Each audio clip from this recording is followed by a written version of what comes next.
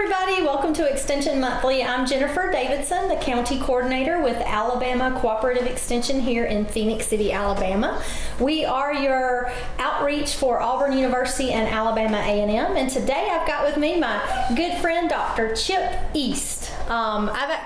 Chip's one of the people that I knew the longest. Didn't we go to school together? Went to school together, yes ma'am. Very good. Well, now he's a doctor, so he's going to be able to tell us all about a little bit about soils. We're going to talk a little about nutrition and fertilization, soil testing, and maybe even touch on how to read those pesky labels, which are sometimes kind of difficult. You might need a PhD to read some of those labels, right? Well, welcome to the show, Chip. Well, it's good to be here, Jennifer. Thank you very much. So tell us a little bit. So one thing that people don't know, especially homeowners, is, what's the right process for fertilizing your grass? Whatever you want to fertilize, the first step would be doing a soil test on that site. Mm-hmm. We know just exactly how much fertilizer Bahia needs, Bermuda needs, well, if it's a home lawn or a pasture or whatever, we know exactly what it needs. What we don't know is what's already in the soil. Okay. If you already have a high level of phosphorus in their soil, we're probably not going to add a lot more phosphorus. If you already have a high level of potassium, we're probably not going to add a lot of potassium. So we don't know what kind of fertilizer to use unless we know what we need. Well, let me stop you there. So actually for homeowners, they might not know how to figure out on the bag what is phosphorus, what is potassium, what do these numbers stand for? Good question. And like on this bag, it's 10-7-7, that's nitrogen, phosphorus, and potassium. It's 10% nitrogen, 7% phosphorus, 7% potassium. If you had a bag of triple 13, it's 13% nitrogen, 13% phosphorus, 13% potassium. Okay. If you do a soil test and it doesn't call for phosphorus, for instance, I wouldn't want to use triple 13. Right. Because you're getting phosphorus, and that is an expensive element. It's something you don't need. Looking at this bag, it says this is just plant food specifically formulated for pansies. What if that depends. It might not be. We know what pansies need. We don't know what we already have. Right. So this might be fine. The fertilizer doesn't know what plant it's going on. It could be fine for tomatoes as well, or other products. And sometimes you pay a little bit more. I've noticed that when you buy them specific to the plant, you get tomato fertilizer versus the other, and the plant doesn't know. As long as it's got those three numbers in the right amount, that's what's important. Okay. Correct. All right, so tell us a little bit, how do you take a soil test? When you walk out in that site, it depends on how big the area is. We normally say do a soil test per 20 acres or so. It could be more than 20 acres, but usually on a small home garden, for instance, they would do one soil test, and some people have 3 or 4 garden spots. Well, I would do one per garden spot, but if you all had was one garden, go to several different places, and I mean 10, 15, could be more, and take a sample of soil from this spot, that spot, that spot. We would call those subsamples. We'd put those all in a container. Those would be mixed together, and then that one sample from that average that you would take off that field would go in our box that's sent off to your university, Auburn, and that would be tested. You would get results back. I have dropped samples off and got results the same day. Really? But normally, within 2 or 3 days, if they email it to you, you'd get results faster than mailing. But yes, you would get results quickly, and that chart, that paper that you receive back is going to tell you, because you're going to write crop to be grown. It will tell you specifically what you need for, and I don't say vegetables. I like to say tomatoes, peppers, eggplant, squash, corn. Corn needs something different than peas. They don't need a lot of nitrogen. Corn would, and tomatoes is going to need something different than, anyway, be specific in the crop we're growing. But I think for a home vegetable garden, because we are growing in probably tighter quarters, just general vegetables might be okay? It's okay, but just keep in mind, corn's going to tell you need 120 pounds of nitrogen to the acre. If you put that on peas, or a lot of times you put that on tomatoes, it's going to grow real vegetatively and not set fruit. Yeah. A lot of us, though, who have home vegetable gardens, we don't do corn. You'll know. Again, depends on what you do. You'll know that you can cut back on it. Yeah, you can do that. Okay. And so here in Phoenix City and Russell County, soil tests are $7, and of course, we don't ask the clients to come in and get a box. If you, we don't want you to make 2 trips unnecessarily, so you can bring your sample in a Ziploc bag or anything like that, and we'll transfer it to our university approved lab box. and then we will take those samples over to Auburn for you. And then if you put your email on there, they will return the results directly to you. And of course, if homeowners or farmers or anyone has any questions about reading the results, which can be daunting in my opinion, everybody's feel free to give us a call at the Russell County Extension Office, and our number is 334-298-6845. And our address is 508 14th Street if you want to drop your sample off here. But I just wanted to mention, specific to our county, that's kind of how we do it. And I'm sure every county's different. The further you live, we mail it. But since we're this close to Auburn, yes, that's very good. We either mail it or zip it over to Auburn for you. But we try to do it pretty quickly and then get the results back to you quickly. So. Good. And is there a certain time of the year folks should do soil testing? Depends on what crop we're growing. This time of year, it's going to be the fall. If you're planting a fall, I like to do soil testing in the fall just because if I need lime, now there's only 2 times a year you can get in the field, before you plant or after that crop is done. I'd rather not drive a truck, or for the homeowner version, you might be walking through the field, but on a bigger scale, we drive a truck through the field and spread lime, or a tractor through the field and spread fertilizer. But what we would do in the fall of the year is write down crops to be grown, and we could grow cool season crops as well, rye, wheat, oats, clover, things like that. When the garden is done, I would highly recommend that. 1st of September through October, that's when we'd plant cover crops. I fertilize cover crops too.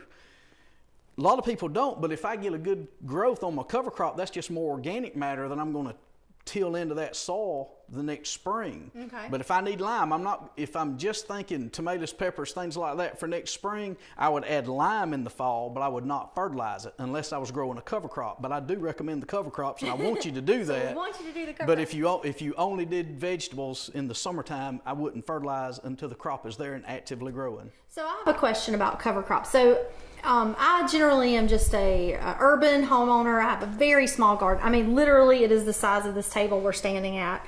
So I generally don't do a winter crop because I'm not the biggest fan of like kale and cauliflower. I've done broccoli and that's pretty good, but the winter leafy greens, I probably should eat more of them. They're very healthy for you, but I'm just not the biggest fan. And I've had trouble with worms, and I don't like to spray just out of economics. But do I do a cover crop on my tiny little garden like that? How does that work? You can. That's adding organic matter to the ground. And a lot of times, even if you grow the cool season crops, we call them cash crops if you're selling them, but the greens that we would eat, a lot of times you may have a big summer garden, but your winter garden may be small. But I wouldn't leave the part unplanted out. I would plant the winter rye, wheat, oats. There's a lot of deer mixes you can get that have this in there. Can you get just little amounts? Yes, you can go to a handful? Yes, okay. You can. Farm supply stores get it. That's what I need. The complaint that I hear a lot of times on a small scale when people don't have the equipment, what do you do with it the next spring when it's 4 feet tall and we're ready to plant tomatoes? That's a question that comes in. What do I do with it? You can mow it with your lawnmower. I do have small children, so I've got people my minions to do my work. So it can be cut and laid down. Okay. It can be plowed in. It depends on what kind of equipment you have, but with no equipment at all, it can be mowed. Okay. And so we would just mow that laid back on top of the ground. Okay. All right. When it's there, a lot of people plow, some people don't. Plowing, believe it or not, it can hurt the structure of your soil some. You can go and pull that. I'll call it the cover, but it's that. It's kind of like a mulch. It's that mulch, yeah. We're going to pull that back, and we can plant a tomato right there without plowing it in or anything. And that'll help us with weed seeds, right? That's the goal. If you planted something like crimson clover, which I really like, it doesn't have a lot of matter, so that when it dries down, it's hardly nothing, and it don't help as much as the rye or the wheat or something else might do as far as weed control. Now, a question about crimson clover, because actually that would be what I'm leaning towards because it's pretty. But when does it bloom, and isn't it later than I want to plant my tomatoes? Or no? Okay. Does that work out? One we would plant it, and I almost want to say this time of year, but we're a little bit early, but September, October, we'd be planting that crop. Okay. It doesn't get as tall, it doesn't get as thick, it dries up to nothing. That's something that's easy for a homeowner to mow over than wheat would be. It's easy to say that, but it is difficult if you're out there trying to mow something 4 feet tall. But the clover would be easier to mow down. Okay. It's easier for a homeowner to take care of with limited equipment. It does bloom later than what you would want to, but we're not worried about the blooming unless you want it to reseed and that sort of thing. Okay, well, it is pretty, but a lot of times by the time before it starts blooming, we're going to want to plow it in, mow it down, whatever we're going to do to put our tomatoes in. So a lot of times you're not going to get the reseeding and the pretty bloom. Okay. Unless you plant late. Thought for me, I probably I will implement that extension practice in my home garden this year, I think. All right, so we talked a little bit about what those numbers on the fertilizer bag means, making sure we take a soil test. Now, when folks get ready to put the fertilizer out, this is the step that I think people, meaning homeowners mostly, are going to actually, I don't want to say they skip it or ignore it, but once they get the results back, that's going to give them how much fertilizer, when, and it's going to be based on square footage, I think, usually. Both. I have to change it to square footage for I do that for people all the time as well.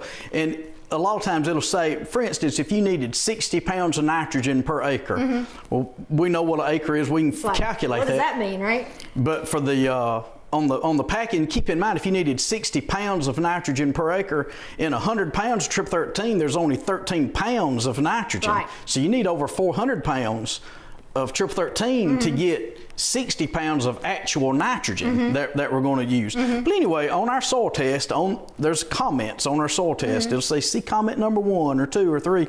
It'll say apply per 100 feet of row, per 1,000 square feet, per a small area, apply a cup of Triple 13.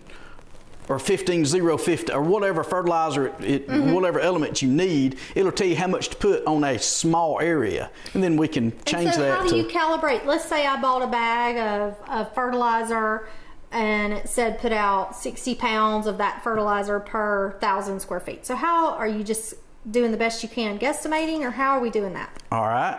Several different ways. I'll tell you an easy way that a homeowner would do is measure off how many square feet you have to know exactly how much fertilizer you need for that area. Same thing when it says put a pound per 100 feet or something like that. I'm going to say something that's not always going to be true, but it's a standard thing that Charlie Mitchell, our old soil specialist, would say, and it's true. A pint is a pound the world around. A pint of fertilizer, whether it be Triple 13, weighs about a pound, so you can kind of calculate from there, how much am I going to put on this 100 running feet? So that's one way to do it right there on a small scale. You could know how much you need for the whole area, know how much, get that many pounds of fertilizer, set your spreader setting on the lowest setting, and use it till it's gone. Now, obviously, you're going to get into time that way. But especially if I'm fertilizing a home lawn, I like doing that because that way, you know, you're not over fertilizing one. Right, and we'll go down the rows this way, and then we'll go across this way, and you're evenly spread. That's important. Otherwise, you get to the end and. Of course, that's if you have a nice, flat, square home lawn. I have a nice, hilly, very irregularly shaped home lawn, so I have to kind of do the best I can. It's difficult spreading on the hill, but also the thing about the hill is you walk fast. I go fast down this equipment is ground speed throws the fertilizer. A lot of times going up a hill we go slow, going down the hill we go fast, and you're right. That's the point of putting half the amount out, or a fourth or a third or whatever, and doing it 3 times or 4 times. Okay, all right. Well, we'll definitely try to stick with that. So another question that people call up here is a lot of times people want to spray something for a particular problem, right?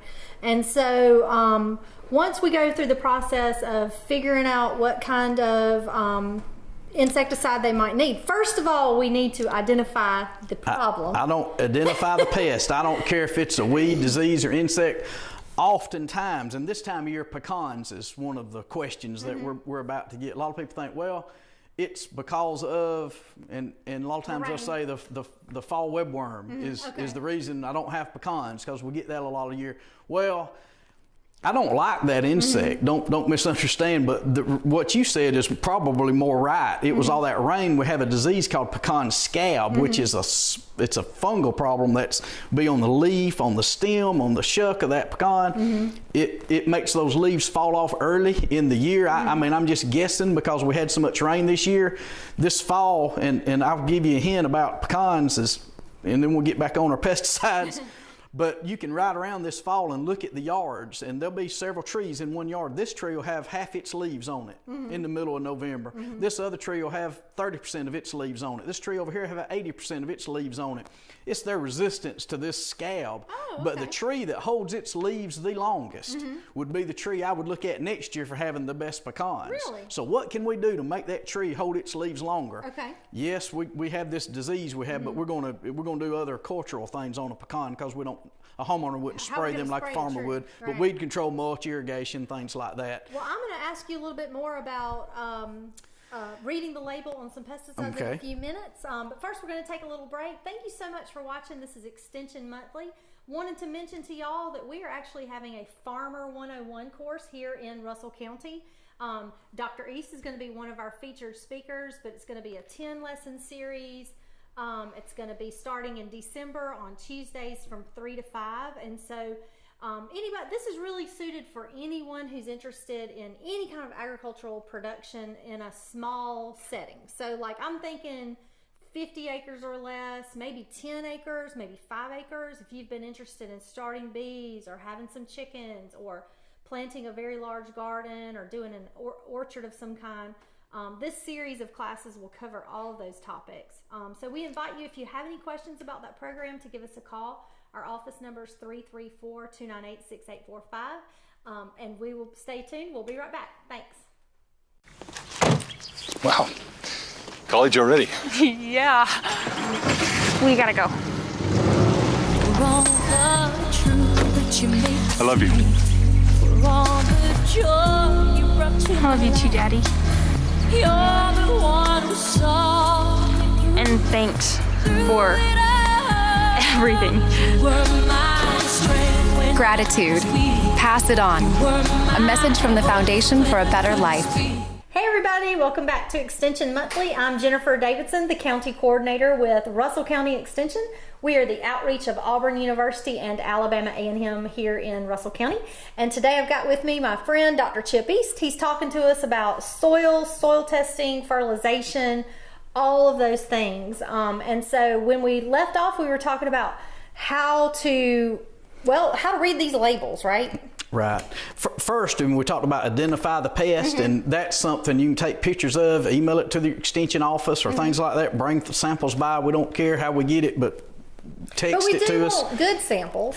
I always tell people, text it to themselves first or email it to you. If it's blurry when you get it, it's blurry when we get it, so it's difficult. If there was only 1 or 2 bugs in the world, we might figure it out from the blurry bug, but when there's a lot, it is difficult. So a good sample is important. The tinier something is, the harder it is, but that's right. Once we identify it correctly, and again, that's the first step, then many things that we think are a problem could be secondary, and that's not really causing our issue. Something else is causing our issue. A lot of times I'll go out to a tree and they say, what is wrong with my tree? And you're looking in the wrong direction. It's underground what the problem is, or it could be you hit it with a lawnmower or the weed eater and it's dying, but it's because of something that happened somewhere else along the way. Once we figure out what it is, there's a lot of cultural things we may do. That can involve weed control, mulching, and irrigating. There's a lot of troubles we're having this year that's with bugs or kill my trees. No, it was that drought that might have killed that tree. These bugs are secondary. So treating a bug is not going to help the drought issue from last year and everything. But once we identify what it is, and we cover all our cultural practices, and that's very important. It's not just go to the pesticide first thing, but when you know what we're trying to do, and yes, we're going to use a pesticide, read that pesticide label correctly.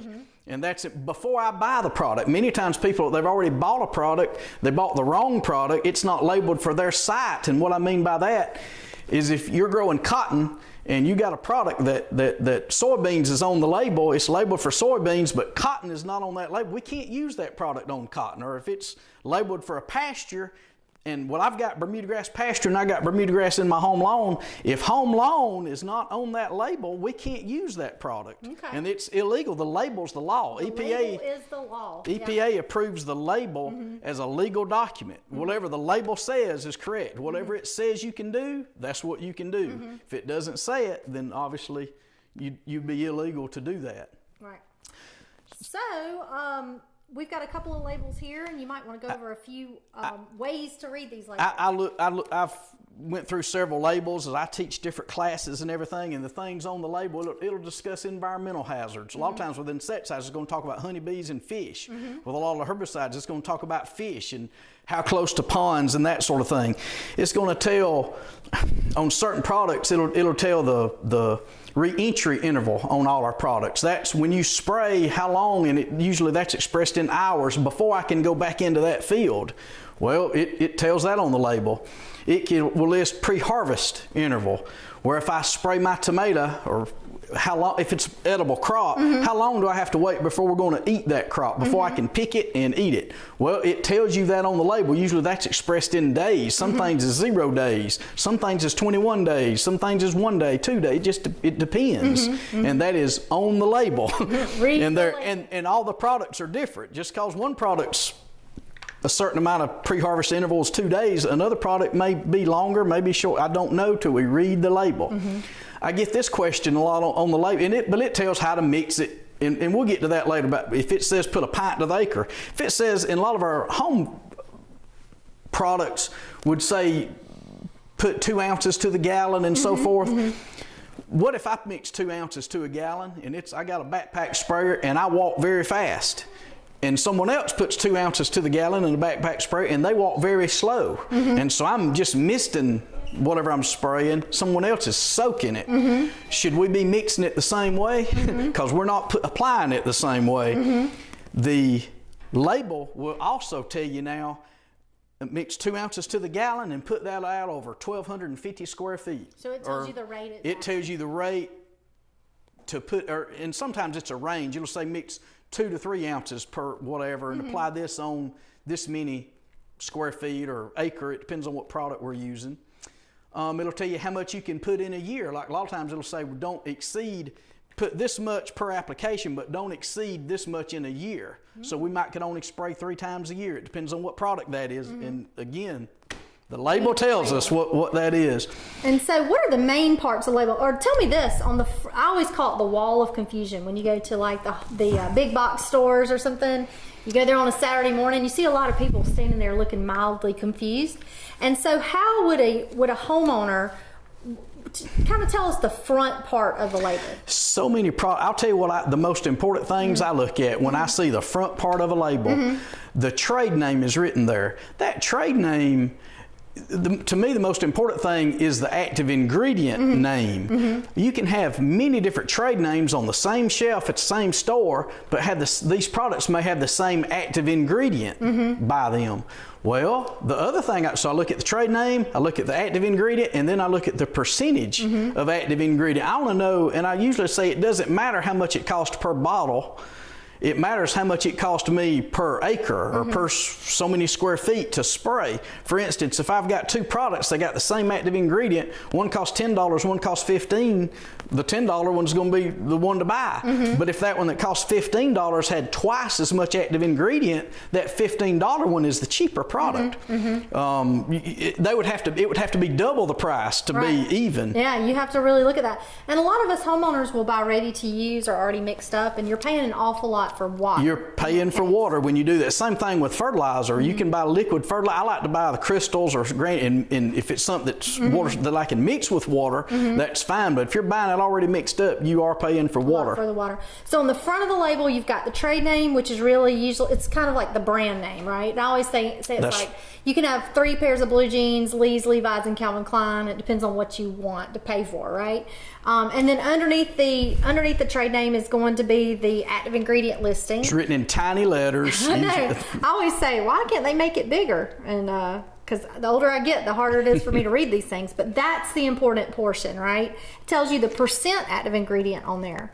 And so you kind of know what you're purchasing. In the same store, I've seen the same active ingredients and huge difference in price. And on a small scale, it may not matter. And that's the thing about the ready-to-use stuff. On a small scale, that's fine. But if you're spraying large areas, that can get extremely expensive fast. So we have one more sort of show and tell thing here I wanted to ask you. What is this? Well, this is just something farmers use, because a lot of people, I'm for the farmer, so I'm going to take up for them. because they are doing a lot of the right things. And I look at it like when I see a lot of people who, and we'll talk about that if we have time, disposing of your pesticide container, I see a lot of homeowners pour it down the drain and things like, which is illegal. It tells you that on the label too. We'll talk about how to get rid of old pesticides if we have time. But the farmer doesn't do that. I mean, all that costs money, and it goes back to money. Well, the farmer doesn't just spray because it's Tuesday and it's time, well, I hadn't sprayed in a while, I need to spray. They scout. And this is a wing insect trap. Okay. All right. We'll put a pheromone, something that only attracts male insects, but we can trap for fall armyworms, or we can trap for beet armyworms, or I'll tell you something interesting. Squash vine borers. It's a little, it almost looks like a wasp, but we can put a certain scent in this trap, and it's just a sticky trap. The insect will fly in and get stuck, and instead of looking in the crop, we can go to the edge of the field and look, oh, I see I'm catching many of certain kind of bug. I probably need to spray for that. Or then I'd go out and start scouting in the garden. If I'm not seeing them in the trap, I'm probably not going to see them in the garden, because they'll come here. I've got pictures of when I trap these things.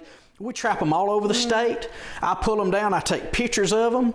We send them to one of our vegetable entomologists. He counts every one of those, whatever kind of bug it is we're trapping for. There's a website he posts it to, so you know if there's a county, the trap might not be in your county, but it might be next door or whatever. You can say, oh, they're finding a whole lot of this kind of bug next to me. I better get out and look for at my crop. You see. In the homeowner garden, though, where would you get a pheromone from? There's companies. Are there? Yeah. Because I was thinking, next year I might want to do that around my tomatoes. I had a terrible white fly infestation, and maybe I could have caught that earlier. Can you do that for white flies? I don't know if they're susceptible.